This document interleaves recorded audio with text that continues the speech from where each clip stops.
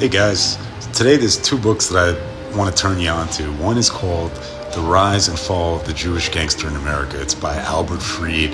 It's a comprehensive look at Jewish gangsterism and the impact that early Jewish gangsters had on organized crime in this country, and that impact was profound. Going back to the 19th century when waves of Jews immigrated from Europe and Russia, fleeing anti-Semitic persecution, pogroms, killings, anti-Jewish laws, and really, in many cases, terrible lives in Europe and Russia under the Tsar, immigrated to New York City, where they lived on the Lower East Side, where things weren't much better. They were, in many cases, destitute. Hunger and disease was rampant on the Lower East Side. It was a ghetto, essentially.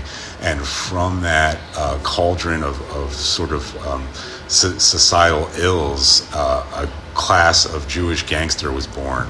And among that class was Meyer Lansky and Bugsy Siegel, who we know so well. And of course, we know that Meyer Lansky joined forces with Lucky Luciano to form what today is the Five Family Mafia system. And Lansky often doesn't get enough credit for the role he played in that. But Lansky was just one of the leading Jewish mob figures in America. And there were many significant figures that predated him, including Arnold Rothstein, one of the most notorious gamblers in this country's history, who was said to have, of course, fixed the 1919 World Series, leading to the Black Sox scandal, and a number of other Jewish gangsters, guys like Legs Diamond, Dutch Schultz. There was a syndicate called Murder Incorporated, which consisted of Jewish gangsters and killers who basically carried out contract hits for the mob, for the Italian mafia, and made a lot of money doing it. But slowly, over the decades, Jews eventually got out of organized crime and went legit.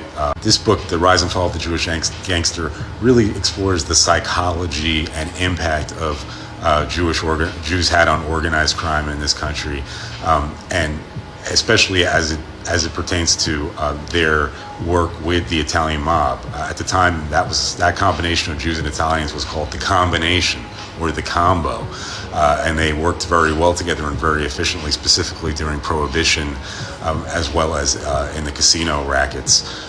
So this is a great book. I highly recommend it, and it's not always on the top of a lot of recommended true crime lists, but those who really know organized crime and mob books, this is a favorite of